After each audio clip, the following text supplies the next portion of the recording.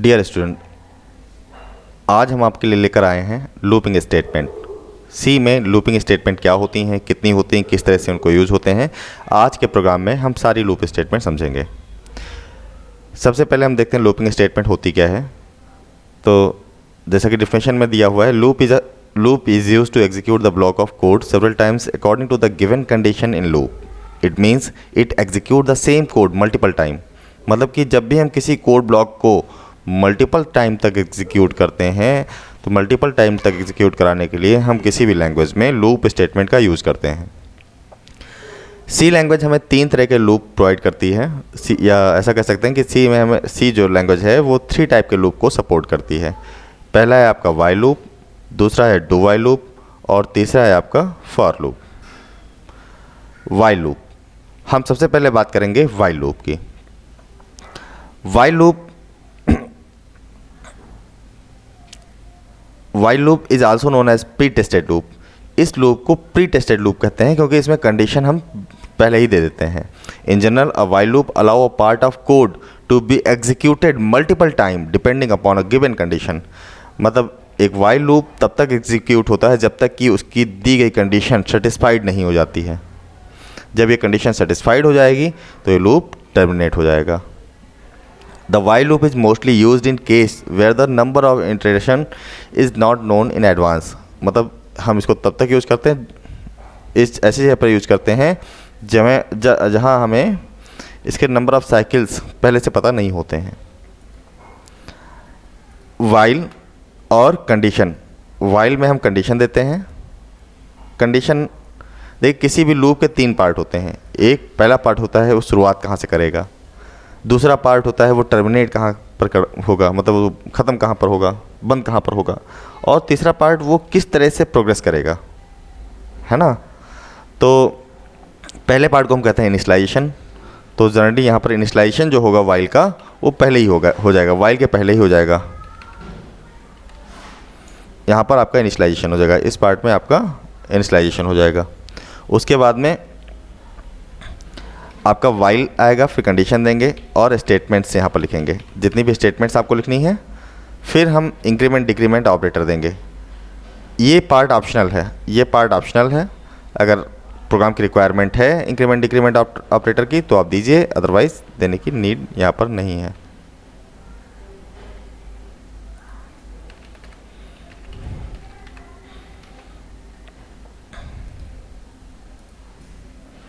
इसको flow chart की help से समझ लेते हैं।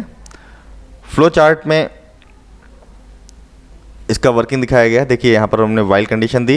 अगर वाइल कंडीशन ट्रू होती है, मतलब कंडीशन ट्रू होती है, तो वाइल लूप की बॉडी एग्जीक्यूट होगी, और अगर ये फॉल्स हो जाती है तो ये आउट ऑफ लूप चले जाएगा। मतलब जब तक ये ट्रू रहेगी तब तक ये बॉडी एग्जीक्यूट होती रहेगी, और जैसे ये फॉल्स होगा वो एग्जिट कर जाएगा, अलग लूप में चला जाएगा। तो आप मेरे ख्याल से ये समझ में आया होगा आपको इसकी वर्किंग। मतलब इसमें बहुत सिंपल सा लूप है। आपको वाइल में यहाँ पर कंडीशन देनी है। जैसे मान लो कि हमें 1 से 10 तक नंबर प्रिंट करना है, 1 to 10 नंबर प्रिंट करना है, तो हम यहाँ पर इनिशियलाइजेशन में हम क्या करेंगे, इनिशियलाइजेशन में हम आई को या जो भी वेरिएबल लेंगे उसको इनिशियलाइज कर देंगे 1 से, क्योंकि 1 से स्टार्ट हो रहा है। कंडीशन हम दे देंगे आई लेस देन इक्वल टू 10।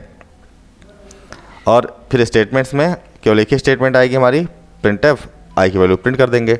और इंक्रीमेंट करना है, इसमें 1 का इंक्रीमेंट होगा क्योंकि अगली वैल्यू में 2 करनी है, फिर अगली वैल्यू 3 करनी है।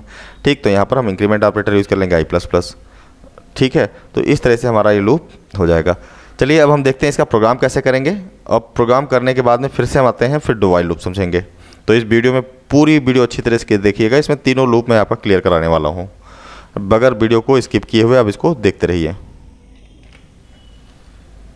तो चलिए देखिए, हम अपनी प्रोग्रामिंग विंडो पर आ गए हैं, टर्बो सी की विंडो पर आ गए हैं। अब हम यहाँ पर कुछ कोड करके देखेंगे। जैसे हम कोड बना रहे हैं पहले वाइल लूप के लिए, तो कमेंट लिख देते हैं example program of while loop या फॉर वाइल लूप।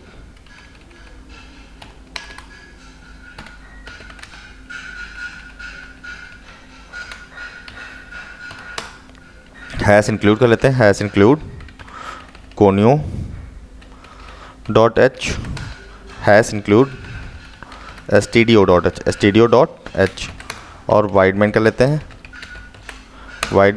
हैं, इतना तो आपको पता ही है। अब हम जैसा कि मैंने बताया था कि हमको सबसे पहले कौन सा पार्ट करना है, इनिशियलाइजेशन करना है। CLR SCR मैंने ऐड कर लिया स्क्रीन क्लियर करने के लिए। आप भी इसकी हैबिट डाल लें जब भी प्रोग्राम करें, तो अगर वहाँ पर नीड है तो CLR SCR का यूज़ कर लें। अब हम यहाँ पर करेंगे int, एक वेरिएबल डिक्लेयर कर लेंगे और इसको 1 से इनिशियलाइज कर लेंगे। अब सिंपली फिर आपको वाइल लूप यहीं से स्टार्ट कर देना है और वाइल में कंडीशन दे देनी है आपको i less than equal to 10, ठीक ना। कंडीशन दे दिया कि ये वाइल तब तक चले जब तक कि i की वैल्यू 10 से छोटी या 10 के इक्वल रहे, यही आपको भी करना है। और हमने एक कर्ली ब्रेसेस लगा दिया वाइल की बॉडी क्रिएट करने के लिए।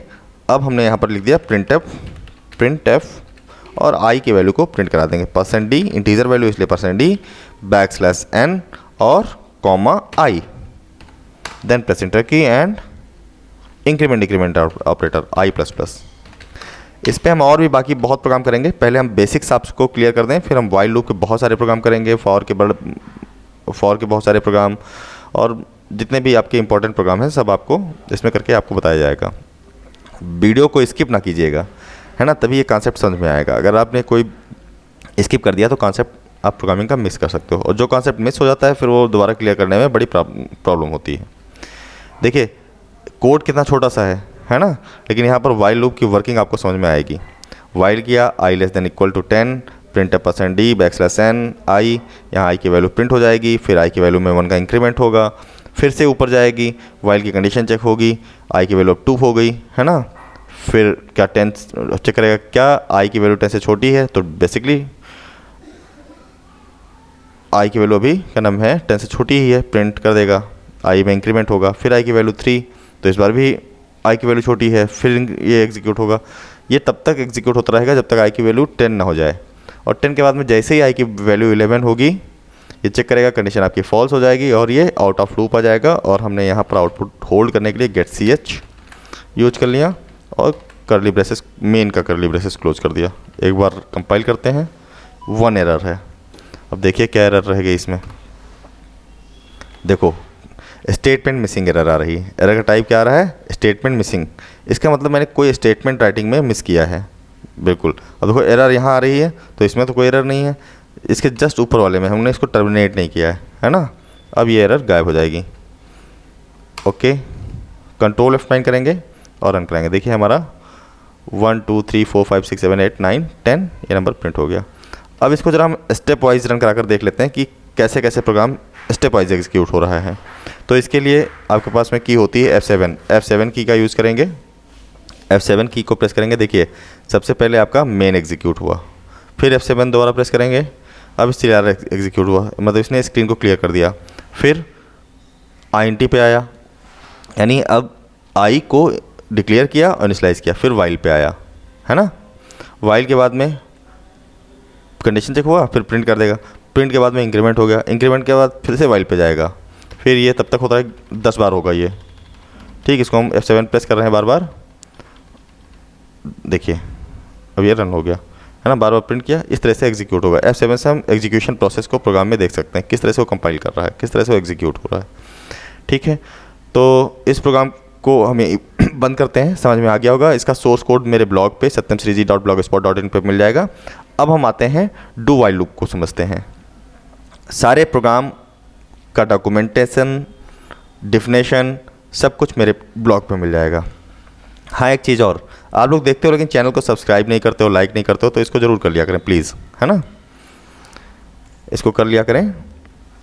अब हम चलते हैं डू वाइल लूप को समझते हैं।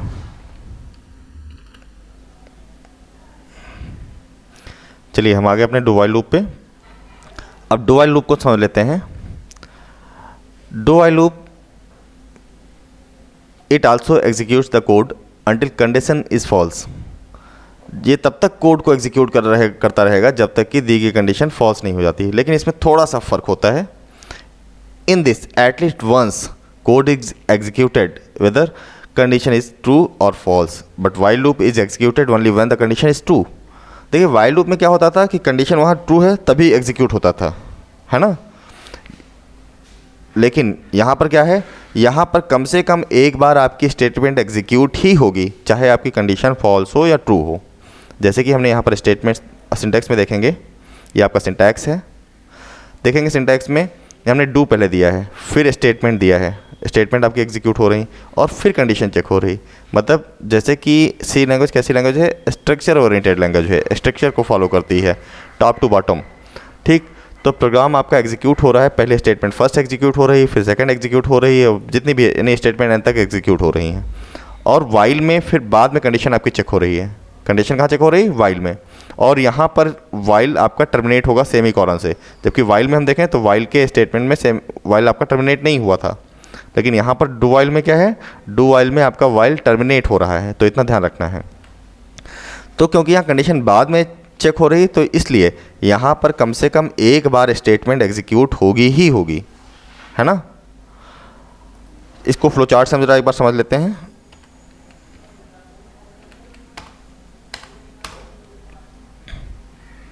फ्लो चार्ट से देख लेते हैं फ्लो चार्ट कैसे वर्क करता है इसका। देखिए स्टेटमेंट आपका है, स्टेटमेंट फिर स्टेटमेंट पहले एग्जीक्यूट हो रहा है, फिर कंडीशन चेक हो रही है। अगर कंडीशन ट्रू है तो ऊपर जा रहा है, दोबारा स्टेटमेंट एग्जीक्यूट हो रही है। अगर फॉल्स है तो नीचे आ जाएगा। मतलब यहाँ पर स्टेटमेंट आपकी पहले एग्जीक्यूट हो जा रही है, तो कंडीशन चेक नहीं हो रही, तो इसमें ट्रू और फॉल्स के कंडीशन में पहले स्टेटमेंट एग्जीक्यूट हो जाएगी। बाद में जब कंडीशन चेक करेगा उसको लगेगा फॉल्स है, तब वो लूप से बाहर चले जाएगा, और ट्रू है तो दोबारा एग्जीक्यूट हो जाएगी वही, है ना। इसको भी करके देखते हैं, इस प्रोग्राम को भी करके देखते हैं, तब इसकी वर्किंग आपको समझ में आ जाएगी। चलिए बेटा हम देख लेते हैं डू वाइल लूप का प्रोग्राम कैसे होगा। तो जैसा कि हम कमेंट करते हैं प्रोग्राम में, यहाँ पर लिख देंगे example program for do while loop. और जैसा हम प्रोग्राम को शुरुआत में हम हेडर फाइल इंक्लूड करते हैं, तो हम हेडर फाइल को इंक्लूड कर लेंगे। इंक्लूड stdio.h और हैश इंक्लूड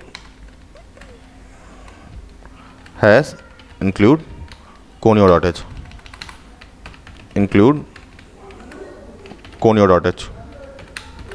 और अपने मेन फंक्शन को डिक्लेयर कर लेंगे void main। इसके बाद में बारी आती है वेरिएबल डिक्लेरेशन की, लेकिन वेरिएबल डिक्लेरेशन से पहले एक चीज़ हम कर लेंगे, स्क्रीन को क्लियर कर लेंगे, CLR SCR कर लेंगे ताकि आउटपुट हमारा स्क्रीन क्लियर होकर आवे। और अब हम करेंगे यहाँ पर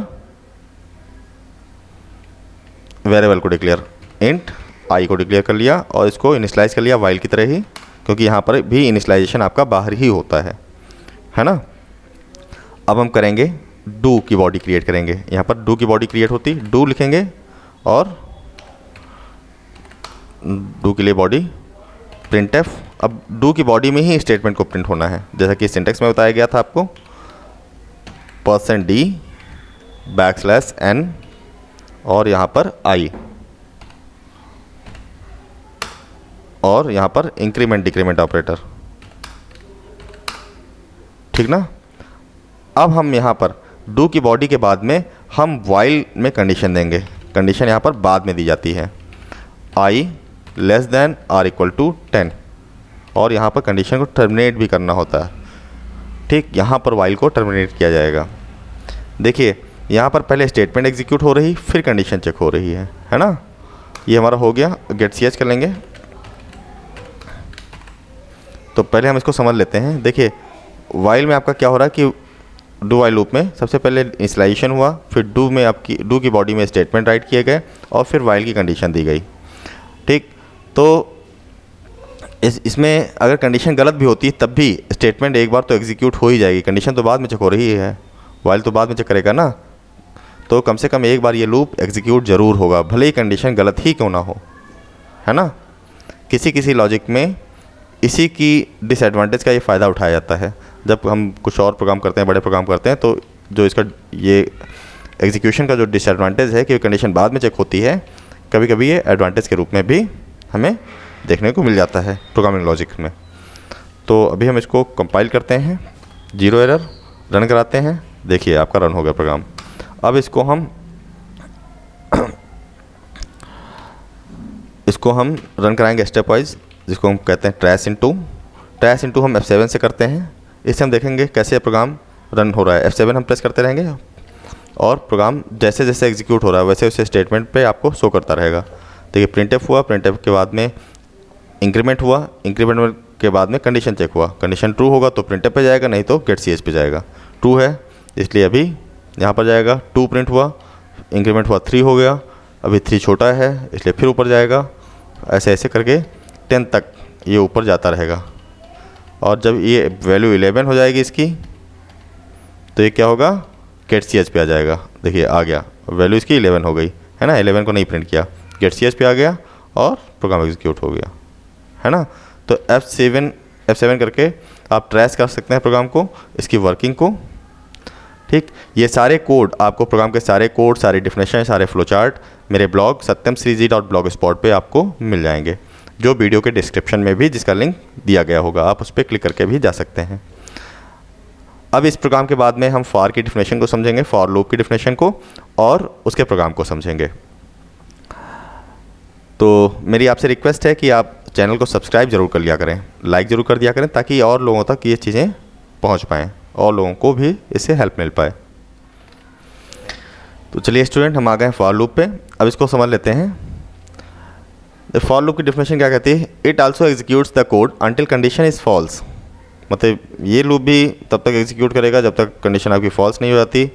इन this 3 parameters are given to it, these are initialization, condition and increment decrement operator, है ना। तो सारे लूप में 3 पैरामीटर्स होते हैं लगभग। यहाँ पे हम फॉर लिखेंगे, फिर इनिशियलाइजेशन देंगे, इनिशियलाइजेशन करेंगे, यहीं पर होगा इनिशियलाइजेशन, और फिर सेमी कॉमा से उसको क्लोज करेंगे, फिर कंडीशन देंगे, फिर सेमी कॉमा से क्लोज करेंगे, फिर इंक्रीमेंट डिक्रीमेंट ऑपरेटर देंगे। उसके बाद में कर्ली ब्रेसेस लगाकर हम स्टेटमेंट्स को अपने लिखेंगे और फिर लास्ट में कर्ली ब्रेसेस लगा देंगे, बस हो गया लूप। इसको हम फ्लो चार्ट से समझेंगे।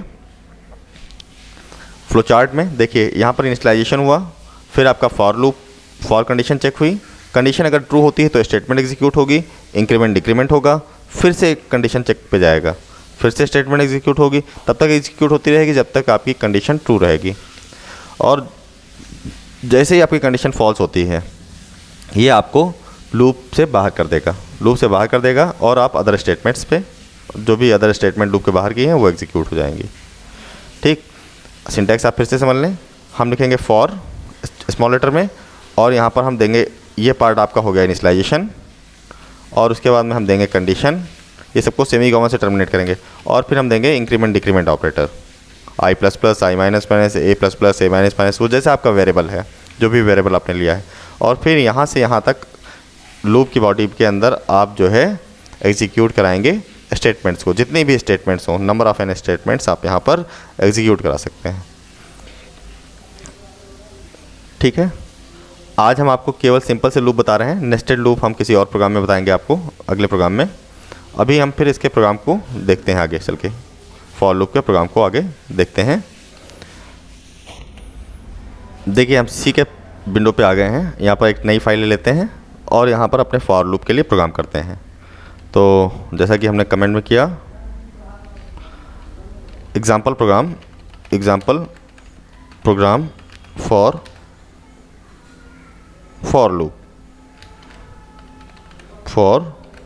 लूप है ना, और hash include conio.h hash include stdio.h। देखिए ऊपर मैं ये डबल स्लैश लगाता हूँ, इसका मतलब तो आप समझ ही रहे होंगे, ये कमेंट है, सिंगल लाइन कमेंट। अगर मल्टी लाइन कमेंट देना है तो मल्टी लाइन कमेंट जैसे हमें देना है तो हम यहाँ पर स्टार का यूज़ करेंगे। देखिए हमारा सारा जो था वो मल्टी लाइन कमेंट हो गया है ना, और उसको क्लोज करना है, कुछ भी लिखो और क्लोज कर दीजिए */ से, तो सिर्फ उतने लाइन आपका कमेंट होगा है ना। सिंगल लाइन देना है तो आप यहाँ पर डबल स्लैश का यूज़ कर सकते हो। ये किया कमेंट हो गया, ये किया कमेंट हो गया। कमेंट वे लाइन होती हैं जो सी के कंपाइलर के द्वारा ऑब्जेक्ट कोड में चेंज नहीं किया जाता है, जिनको एग्जीक्यूट नहीं किया जाता है, सी के द्वारा उसको रीड ही नहीं किया जाता है, कहने का मतलब ये है ना, वो सिर्फ आपके समझने के लिए होती हैं, है ना। अब हम यहाँ पर वाइड मेन करेंगे, करेंगे यहाँ पर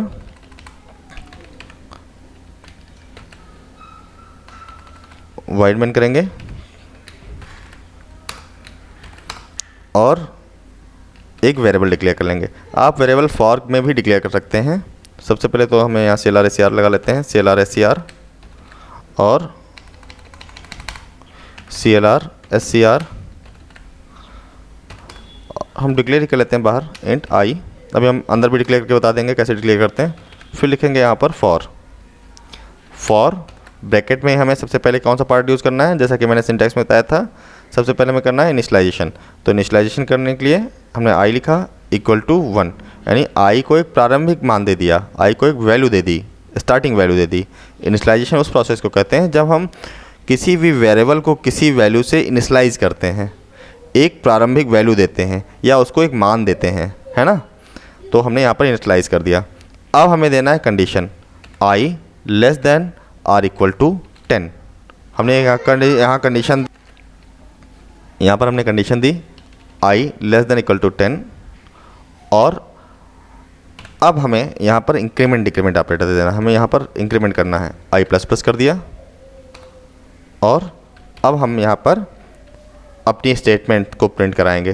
तो हमारी स्टेटमेंट एक ही स्टेटमेंट है, यहाँ पर आई की वैल्यू को प्रिंट करना है तो एक ही स्टेटमेंट होगी, printf %d \n और आई, और हमने इसको क्लोज कर दिया और गेट ch कर देंगे, बस हो गया। ठीक, फॉर लूप आपका इस तरह से वर्क करता है। अब इसको कंपाइल करेंगे, कोई एरर नहीं है, रन कराएंगे, अरे वाह, प्रोग्राम आपका एग्जीक्यूट हो गया, है ना। अब इसको ज़रा हम फिर से जो है हमारा ट्रेस करेंगे, इसको ट्रेस इनटू करेंगे, trace into F7, CLR SCR हुआ, आई इनिशियलाइज हुआ और आपका प्रिंट हुआ। फिर से लूप पे आएगा, ये आप 10 नंबर ये प्रिंट कर देगा, फिर गेट ch पे आएगा, है ना। ये प्रिंट हो गया आपका इस तरह से, है ना। तो आई होप आपको तीनों तरह के लूप, स्टेटमेंट और उनकी डेफिनेशन समझ में आ गई होगी। अब इसमें हम आगे कुछ प्रोग्राम करेंगे अगली वीडियो में। बहुत सारे प्रोग्राम जो आगे के प्रोग्राम आने वाले हैं उनमें लूप वगैरह, लूप है, इफ़ है, एल्स है, ये सारी कंडीशंस का यूज़ होने वाला है। तो वहाँ पर लूप को हम और अच्छे से समझेंगे। तो हमारी सारी वीडियो को देखने के लिए आप सब्सक्राइब कर लें और बेल आइकन पे क्लिक कर लें। इससे नया वीडियो जब भी हम डालेंगे कोई, तो आपको नोटिफिकेशन के थ्रू उसकी इन्फॉर्मेशन मिल जाएगी, है ना। तो इसको सब्सक्राइब ज़रूर कर लें आप लोग। आज हम अपनी वीडियो यहीं पर स्टॉप करते हैं। जैसा कि मैंने पहले भी बताया कि मेरा एक ब्लॉग है, उस ब्लॉग पे इसके सारे डॉक्यूमेंटेशन दे रखे हैं। तो वहाँ पर जाकर आप इसकी detail, source code, definition, flow chart, सब कुछ आपको मिल सकता है। बाकी उसमें आप कमेंट करके हमसे कोई क्वेरी भी कर सकते हैं। यहीं आज हम इस वीडियो को यहीं पर स्टॉप करते हैं, ठीक है।